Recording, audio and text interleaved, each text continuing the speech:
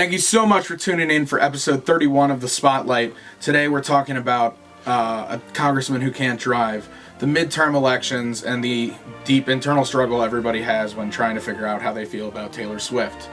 If you like what you have watched, please hit like, or if you want to see a whole lot more, hit subscribe. See you on the other end.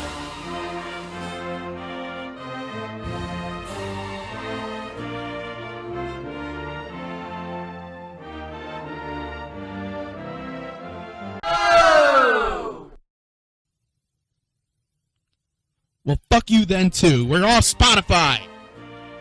This is the Anthem podcast. This is Cory. Good afternoon, everybody.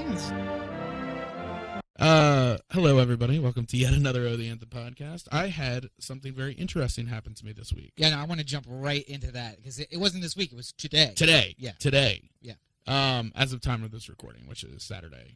Oh, yeah, right. Well, So if I'm arrested on Tuesday, then now we know y'all know why. There is a complete and utter asshole in front of me, driving hideously slow. Mm-hmm. Now, how slow is hideously slow? I made the point to you earlier that I could walk backwards faster. Mm-hmm. I think I could have gotten on my hands and knees and crawled faster. And he is going hideously slow, and then he stops. And he stops for, I'm serious, a good 45 seconds. Right. At about the 30-second mark, I say to myself, all right, this guy's just going to get blasted to space with my horn. I'm about to get out the car. I'm about to get out of the car and yell at this man. Right, yeah. Like, fucking make up your mind already. So what is it that made you stop then? I saw a license plate that said U.S. House of Representatives. Oh, wow. So I decided, yeah, I'll give this guy a couple more seconds to make up his mind. Okay. But if we hit a minute, too long. That's way too long, no matter who you are. I don't Right. give a shit. You're Mother Teresa. I'm going to fucking blast you with the horn. Well, like I said, he could Be have a taste of the horn. He could have. No, we're not. No, Okay. okay. For the sake of argument, just so the story is a little bit easier to get through, Yeah. I'm going to make up a name. Okay. Let's call him Elijah Davis. Okay. No, wait, that's not a good one. Let's call him Clay Cummings. Okay. And I am behind him. And for the last 50 yards that I have before I can make it to the major road, the 2-lane road where I can get around him easily, Right. he is driving so slow. I have a manual. Right. The Subaru's a manual. He was driving so slow that I had to step on the clutch 3 or 4 times to keep the car from stalling out. Mm-hmm. He then stopped in the middle of this small road. And there's cars coming the other way, and I say, I can't do it. I can't just sit here anymore. Right.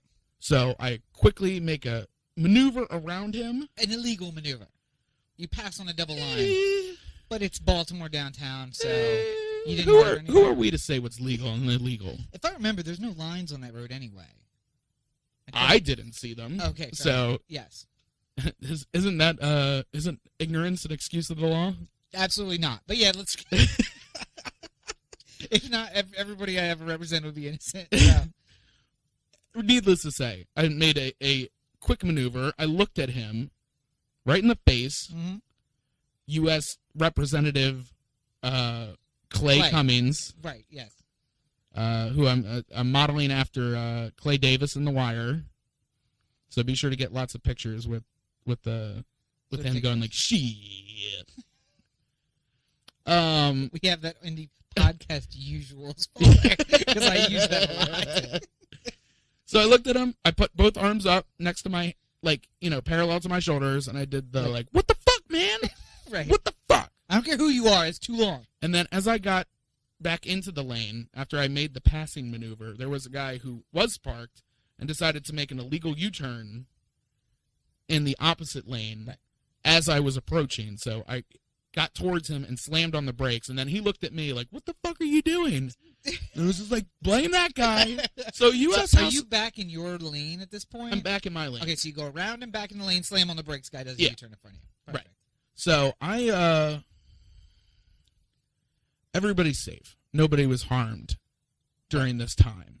But it's very clear to me that there was almost a member of the U.S. House of Representatives was almost responsible Mm-hmm. for The deaths of 3 people. an upstanding citizen Mm-hmm. to die at the hands of a car that had lost control Now, which one of these are you? by his I'm the respectable citizen. Okay. The taxpayer, Right. church-going man, Are you? local deacon. All right, so maybe none of that is true, but Well, the taxpayer part is true. the taxpayer part, oh, believe me, the taxpayer part is true. Right. So anyway, Clay Davis is next. And speaking of elected officials, despite the fact that we didn't address it at all, there was an election Yeah, on the Tuesday. day that the podcast came out. So there's that. You know what? I don't think it was that much of a missed opportunity Well, yeah. because I didn't expect much of what happened that night. See, I did. I I had faith. I knew. I had a sneaking suspicion that was going to happen. I had a sneaking suspicion that Larry Hogan was going to win the governor's race. Yep. Here in Maryland. Yep. Which was a shocker to many. Seen as Democrats outnumber Republicans 2-1 in this state. Yeah, but you got to come vote. That's how that. Well, how it yeah, counts, but you know. Also, I think Democrats on a whole really don't like Anthony Brown. I think that was the overarching image of the election was that we don't like Anthony Brown. Well, we don't like O'Malley, and we also don't like Anthony Brown. I don't know if it's just people are dumb or it's that people have a super short memory, or maybe it's both. Okay. But I'm kind of shocked that Republicans took so many Congress, Senate, and governorships. Yep. Despite the fact that a good degree of them shut down the federal government on a pretty dumb move. Right. Well, in retrospect. Remember that nobody who got elected shut down the government because none of those people were in office. True, but So here's how this happens. There's a large degree. There was a large degree of people who said like, oh, I'm not voting for that person who fucking. Here's what happened. So real quick, Go ahead. I live in Dutch Ruppersberger territory. Right. He's my congressman. Right. Regrettably. He has done more to ruin the privacy and safety of Americans than anybody else in Sure. Congress. He's the one for the National Defense Authorization Act. Mm-hmm. No. He's the one. The National Defense Authorization Act was the one that did pass.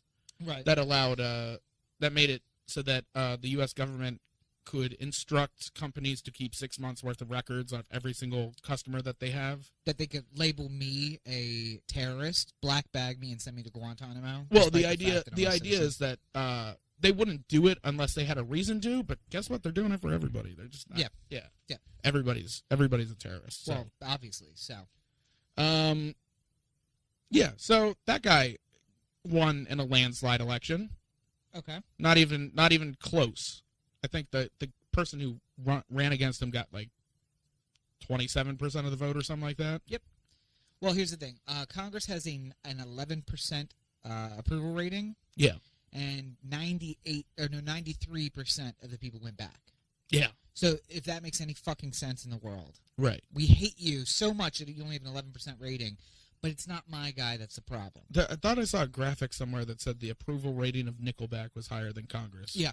Yeah. Yeah. So, have you ever been in the room with a drunk person who just got broken up with? oh yeah. Like a drunk girl who just got broken up with? Yeah. And she spends like the entire time that you're standing there going like, he's such an asshole. Do you know he kicks puppies for a living? He literally gets paid for that. Did you know that once he tried to burn a swastika into my back with cigarette butts? He didn't even smoke the cigarettes. He just got a bunch of butts and he lit them on fire and he tried to make a swastika in my back. It was terrible. I like your drunk girl voice. Yeah. But when you hear that girl speaking, like the first time you hear her, the first thing she says, you're like, oh yeah, this is my friend. I'm on board. Right. Like, oh, he cheated on you? What a fucking dick. Yeah. And then the second thing she says, you're just like, yeah, he's still a dick. That sounds weird, but okay. That's a little bit far. I don't think he kicks puppies for a living. I don't think that's a job. And then once she gets into like swastika tattoos with cigarette butts, you're just like, something tells me you're taking this a little bit too far. Something tells me if I was having a beer with this guy right now, he wouldn't be that bad. Right, yeah. That's the... I feel... I don't know. No, that's Congress because that's what that was what Obama has plenty. Just the partisan bullshit aside. Yeah. there is plenty of things that Obama has done horribly wrong. Oh, yeah. And plenty of things that we should hold him responsible for. Absolutely. Just as we should hold Congress responsible for plenty of things and the Senate responsible for plenty of things. Yep. But he is not the guy who makes a living out of kicking puppies. Or making swastika tattoos out of cigarette butts. No. He is just a man with horrible flaws. Well, he's a man. Yeah, he's a man with horrible flaws, and we shouldn't let the drunk girlfriends of the world, Congress, decide. Yeah. I'll make up our minds for us, you know? Here's the other thing I'll say about because the more you talk about how Obama's a socialist and he's like, trying to change this country into a socialist country, the less people listen to you. A fascist and a socialist. Yeah. Which idiots, they're on the other opposite ends of the spectrum. Right. And he's a Nazi and a communist. Also on opposite sides of the spectrum. Yeah, Hate each other. I don't think and he's not an American. You know that Obama's both a Muslim and a Jew at the same time? Oh, yeah. Yeah, that's true. Yeah. So here's what I'll tell you about can we stop fooling ourselves into thinking we have two parties? Can we just stop that? Because we don't. No. I mean, that's what it comes down to. We have a single party, the money party, and it has two wings. It has a wing that likes to wear blue ties, but we put red on maps, and it has a wing that wears red ties, but puts blue on maps during the election. That's it. There are some differences about them. One of them claims that they love Jesus and does everything opposite of what he would do. The other party says Jesus doesn't exist, but acts as if they live the life that he would recommend us doing. Their money is running everything, and the same 10 rich people basically run both parties. Yeah. They're going to tell he meet the new boss, same as the old boss. Now, I'd like to think Hogan is different from that because he has been preaching that all along, and he beat the party favorite in the primary. You know what I think would be good for elections? Yeah, what's that? Not putting political affiliations with candidates. Make them guess based on the name. Yeah. Absolutely. Just put a bunch of names on the ballot. Yep. And anybody who complains, anybody who goes to the ballot, not allowed to vote. Yeah, if they go excuse me, who's the Democrats and who's the Republicans? Oh, I'm sorry, you've lost your right, sir. Yeah, step away. I know you're not black and poor, but we're not going to let you vote. Sorry. This is shouldn't we be working on big problems? Like what? I don't know. The prison, the massive amount of people we have in prisons. The on nonviolent offenses. 1,041% increase since 2002. Yeah. Since our first election. Yeah. We should probably work on that. I don't know. There's problems with the police shooting people. Okay, yes, the murder rate amongst police officers. Yeah. Sure. I yell at many of the videos. And there doesn't seem to be much accountability. Oh, no. There is the ones who get caught, who get defended until the video comes out. And then they say, oh, this is horrible, we never should have defended. There's also the massive violation of our civil liberties. Okay, yeah, there's that. Yeah, sure. You know what, though? I really don't like it when black people vote. Maybe we should focus on that one first. Well, here's the civil liberties can wait.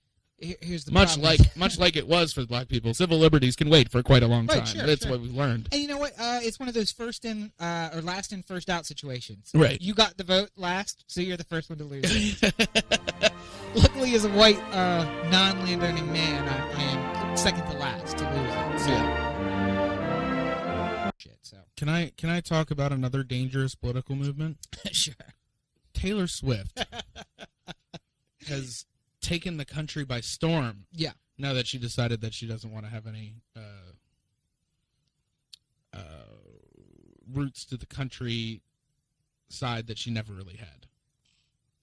I'm having a bit of a crisis with Taylor Swift. Okay. An internal crisis. I was hoping that we could take this time to talk about it. Sure. She writes a catchy song. Yes. She knows the formula. Well, let me put it this way. Somebody who works for her writes a very catchy song. Yes, exactly.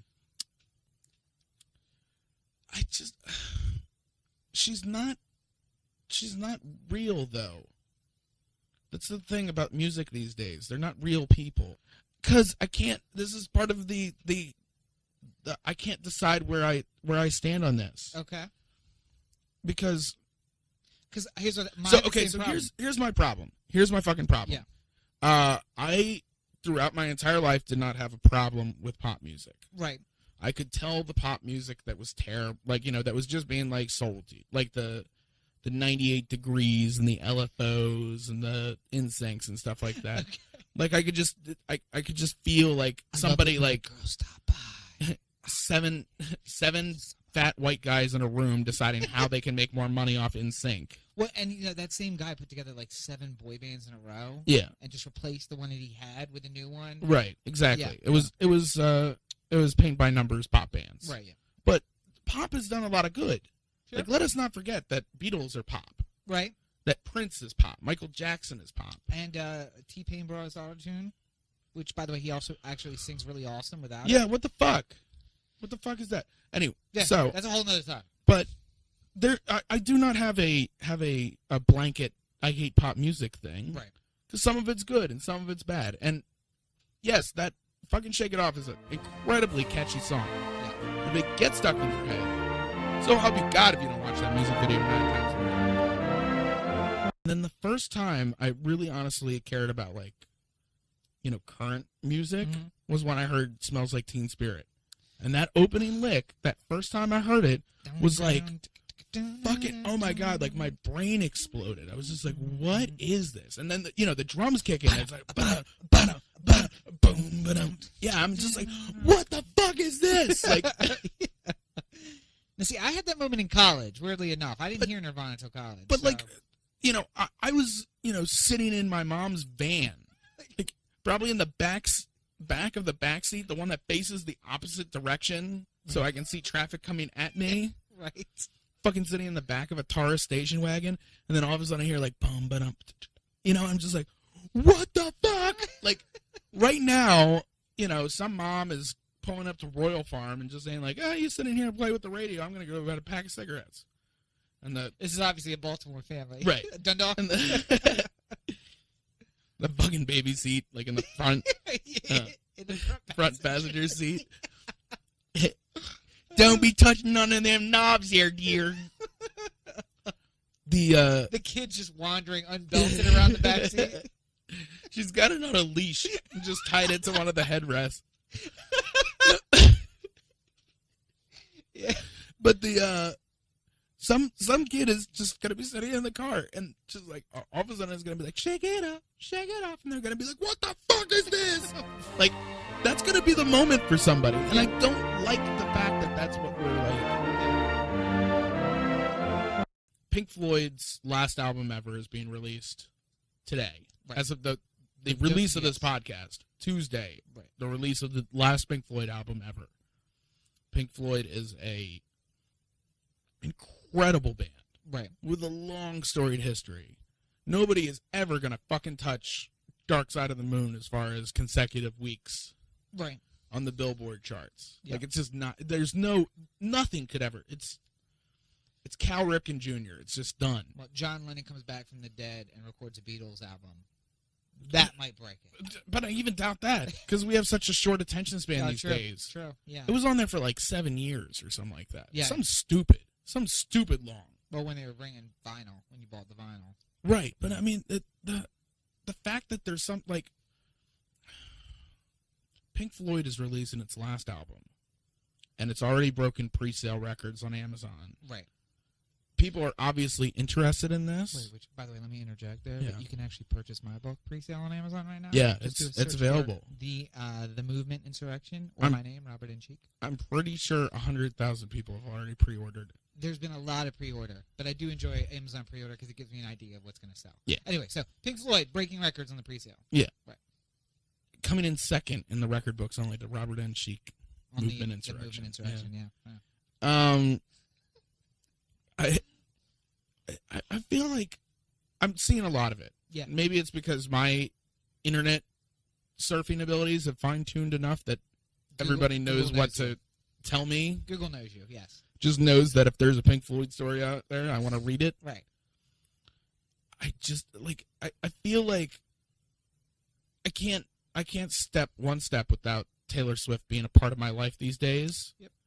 And why isn't the last album of one of the greatest bands in the history of the world not waiting? I want to buy it on Tuesday. I want to go to the Right. actual record store and buy it. Yeah. the CD, put it in my car, and then drive around and listen to it. Right. That's my idea of like the perfect. I feel like you're leaving out a detail. Is there another detail that's included in that? Nope. Nope. Oh wait, actually no, there is another detail. Yeah. Windows down. Okay, Windows down. Windows down. I like. You can find Oh the Anthem on iTunes, where you buy your Taylor Swift album. You can also get the Oh the Anthem podcast. So why not get both at the same time? Yeah, and Stitcher and Dogcatcher. And if you want more just general Oh the Anthem goodness, ohtheanthem.com, facebook.com/Oh the Anthem, Oh the Anthem on Twitter, Google Plus, YouTube. Fill the void that's left in your heart from the aerobics video not being on there anymore, and watch hours and hours of Oh the Anthem podcast on YouTube. Which we now realize we have hours and hours and hours. Oh yeah, like 31 episodes, at Yeah. least an hour generally. So some of them way more. some of them way more, some of them less, some of them way more. This is gonna be a tough one to turn into a spotlight. Yeah, probably. Last week was really that was just jam loaded. Yeah, I hope you guys enjoyed the bonus one. Yeah, and I mean, we split it between business and pleasure. Really, it was on topic, and then us bullshitting. Yeah. And so I try to do that, but you can find me online anywhere at Robert and Cheek, directing 3 different places at Robert and Cheek on all your social networks, a Dead Drop on all your social networks, also at deaddrop.com, and the movementinsurrection.com, and the Movement Insurrection on all your social networks. And they're all interconnected, so if you find Oh the Anthem on Twitter, you can find all of our brands on Twitter. They're all just look through the interconnected. favorites. Yeah, basically. All the notifications and stuff. And if you're interested in pre-ordering the book, the link will be on the show notes. Yeah. So And Amazon.com, you can just search for it if you don't go to those show notes. So yeah, but you want to go to the show notes because then I that's know where you're everything listening. is. Yeah, Right, that's so where everything is. please. And make sure you like and subscribe to the YouTube page. Yeah. Right? And what's the listener line? 443-219-7595. 443-219-7595. Yeah, I want all the voices of Swifties rising up against us. Oh yeah, please. Not that we're gonna actually listen to you because you guys aren't real people, but okay. We're gonna have Elijah Cummings, Clay Davis, and Taylor Swift fans outside of the Oh the Anthem studios deep below there. So there you have it, the spotlight from episode 31. I know this week we ran the gauntlet from a not-so-Swift congressman to Taylor Swift. Make sure that you like and subscribe to the channel so you can stay up on all the latest Oh the Anthem information. And before you go, check out our full episode from this week and one of Cory's original videos. I promise you it's not a Taylor Swift song. I Can't Do It, I Can't Live Without You. Thank you guys for listening, and we'll see you next week.